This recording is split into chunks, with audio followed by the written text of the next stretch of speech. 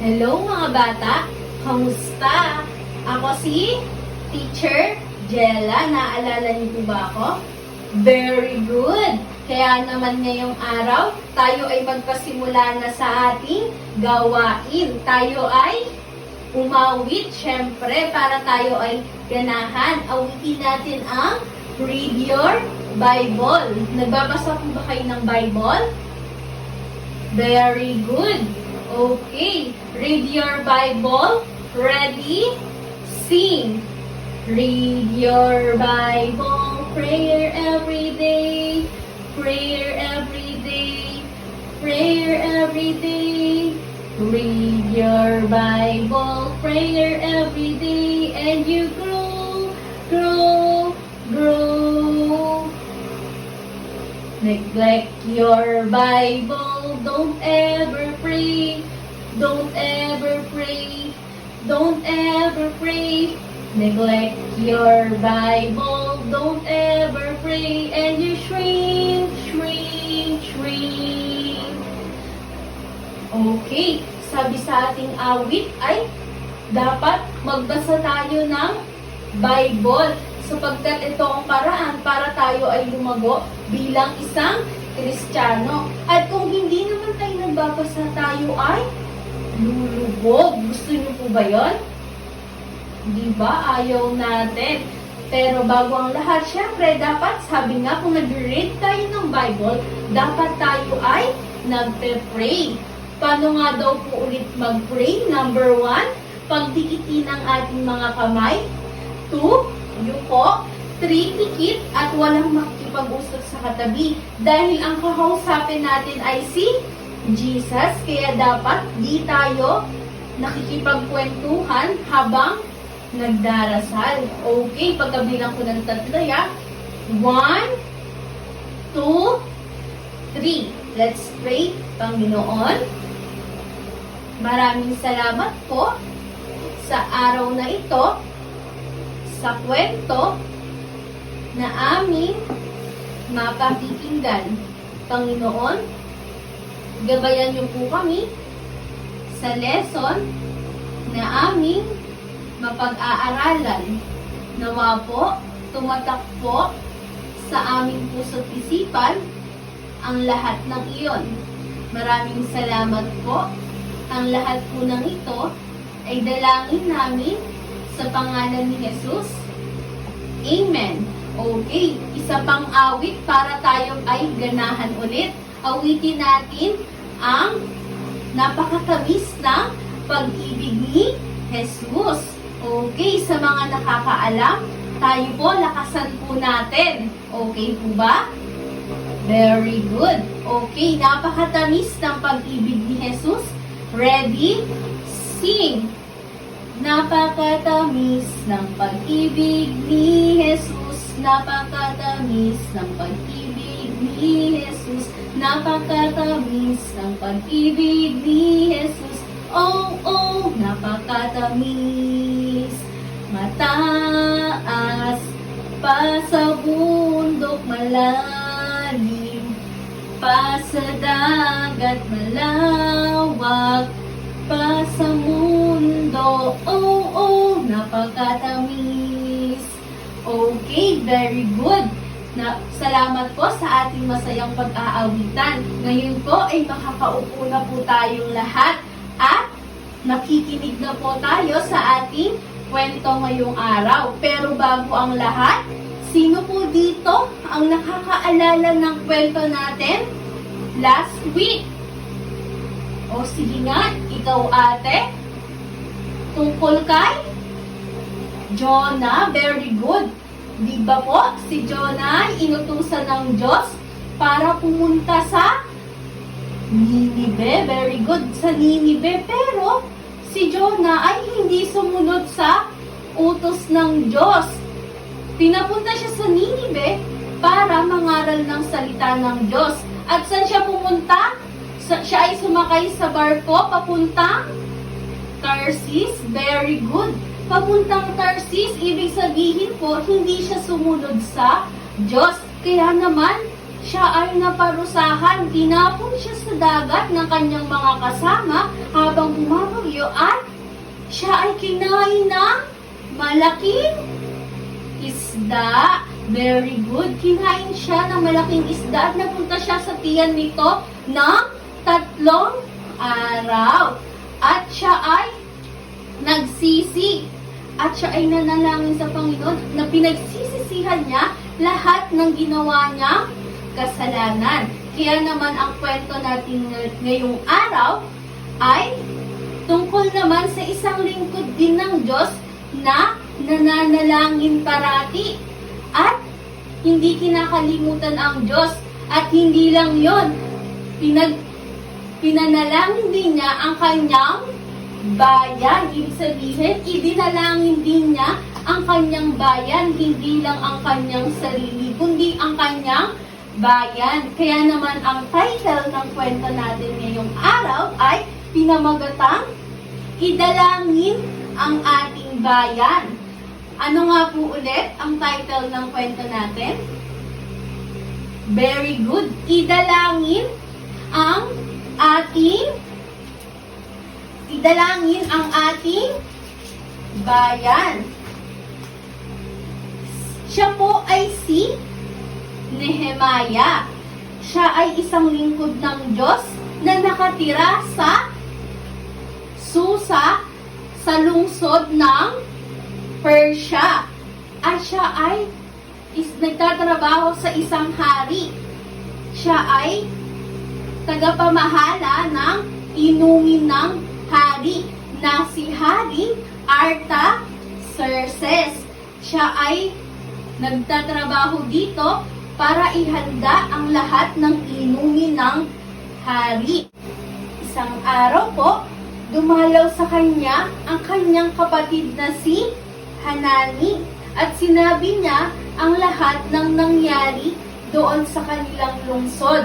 Sinabi niya na nilusob sila ng mga dayuhan at sinira ang mga pader sa lungsod at maging mga trangkahan nila ay sinunog po. Ngayon, nalungkot si Nehemiah. Sobra siyang nalungkot sa kanyang mga narinig. Kaya naman siya ay nanalangin sa Panginoon na gabayan ang kanilang bayan at gabayan na rin siya sa pagkausap niya sa kanilang hari na si Haring Artaxerxes. Ngayon, pagkalipas ng 4 na buwan, ay pumunta siya sa hari at kinausap niya ito habang ito ay kumakain. Sinabi ng hari sa kanya na, Nehemiah, mukhang malungkot ka. Hindi ka naman mukhang may sakit. Problemado ka ba? Sabi ng hari. At sinabi ni Nehemiah ang nangyari sa kanilang lungsod. Sinabi niya sa hari na kailangan niya ng tulong mula rito. At bago niya kausapin ng hari, nanalangin siya sa Panginoon na sana pumayag ang hari sa lahat ng kanyang mga kakailanganin. Kinausap niya ang hari, sinabi niya ang nangyari sa kanilang lungsod na nasira ang pader ng Jerusalem at maging mga trangkahan nito. Kaya naman, pumayag ang hari na umuwi siya sa kanilang lungsod at gawin ang mga nasira doon at tumulong sa kanila doon. At hindi lang yon, tinulungan din siya ng hari sa mga kakailanganin niyang mga gamit, mga troso na kakailanganin niya at mga kakailanganin niya sa pagtatayo ng pader. Kaya naman, kinausap ni Nehemiah ang lahat ng tao doon sa lungsod na gawin ang kanilang mga pader at trangkahan. Muling nanalangin si Nehemiah at humiling sa Diyos na tulungan sila sa kanilang gagawin. Kaya naman, ang ibang tao roon ay pinagtatawanan siya, ngunit hindi niya yon pinansin dahil inisip niya pa rin ang Panginoon. Kaya naman nagpatuloy si Nehemiah at lahat ng mga tao doon na magtrabaho at gawin ang kanilang pader at trangkahan. At natapos nila iyon sa loob ng 52 days. At alam nila, sa bawat ginawa nila, kasama nila ang Diyos sapagkat palaging nananalangin si Nehemiah. Kaya naman, nung natapos nila ang kanilang ginawa, ay sumamba sila at nanalangin sa Panginoon. At doon nagtatapos ang ating kwento. Ngayon, di ba ang mga tao doon pinagtatawanan ang si Nehemiah? Opo, di ba? Nananalangin si Nehemiah sa Diyos, pero pinagtatawanan nila. Di ba po kasalanan yun sa Panginoon? Opo, pwede po ba kayong magbigay ng mga kasalanan or uri ng mga kasalanan? Yes, pagnanakaw. Ano pa? Pagsisinungaling. Ano pa? Pagmumura. Very good. At lahat ng yon ay mga kasalanan. At alam niyo po ba kung saan napupunta ang taong mga makasalanan? Yes, sa impyerno. Ano po meron sa impyerno? Uod na hindi namamatay. Papasok sa bibig mo at lalabas sa puwit mo. Gusto niyo po ba yon? Ay, ayaw. Syempre, di ba? At merong apoy na hindi namamatay. Once na mapunta po tayo sa impyerno, hindi na po tayo makakaalis. Ang tao, kapag namatay, dalawa lang po ang pupuntahan, sa langit or sa impyerno. Diba? Kapag tayo ay makasalanan, sa impyerno ang tungo natin. At sa langit naman, kung tinanggap natin si Jesus sa ating puso bilang Diyos at sariling tagapagligtas. Pero, ang iba, sabi nila kapag sila daw ay mabuti. Hindi po. Dahil, kung hindi mo tinanggap sa puso mo si Jesus bilang Diyos at sariling tagapagligtas, kahit na ikaw pa ang pinakamabait na tao sa mundo, tumutulong ka sa kapwa mo, ay hindi ka makakarating sa langit. Bakit? Dahil si Jesus lamang ang daan patungo sa langit. Di ba po? Ibinigay si Jesus bilang Diyos at sariling tagapagligtas. Ngayon, may regalo si Jesus sa atin. Ano po yun? Buhay na walang hanggan sa langit. Pero hindi natin yung deserve. Pero, pinigay pa rin sa atin dahil mabuti ang Diyos. Gusto po ba natin tanggapin yung regalo na yon? Okay. Sino po dito gustong tanggapin yung regalo na yon na buhay na walang hanggan sa langit? Taas lang po natin ang kamay natin at tayo ay mananalangin. Okay. Sige po, tayo po tayo at mananalangin. Sino po yung tatanggapin natin? Si Jesus bilang Diyos at sariling tagapagligtas. Okay, let's pray. Paano po manalangin? 1, pagdikit ng kamay. 2, yuko. 3, pikit at walang makikipag-usap sa katabi. Okay, let's pray. Panginoon, maraming salamat po sa araw na ito, sa kwento na aming napakinggan. Panginoon, patawarin niyo po kami sa mga kasalanan na aming nagagawa. Panginoon, tinatanggap po kita at pinapapasok sa aking puso bilang Diyos at sariling tagapagligtas. Kayo po ang manguna at maghari sa aking buhay. Maraming salamat po sa buhay na walang hanggan. In Jesus' name and pray. Amen. Okay, so natin tinanggap si Jesus sa puso at hindi sa puso bilang Diyos at sariling tagapagligtas. Once na tinanggap natin siya, kailanman ay hindi na siya aalis sa atin. Okay. Ngayon, dadako na tayo sa ating memory verse. At kung sino ang makakapag-recite mamaya, ay magkakaroon ng big prize. Ang ating memory verse ngayong araw ay 2 Chronicles 7:14.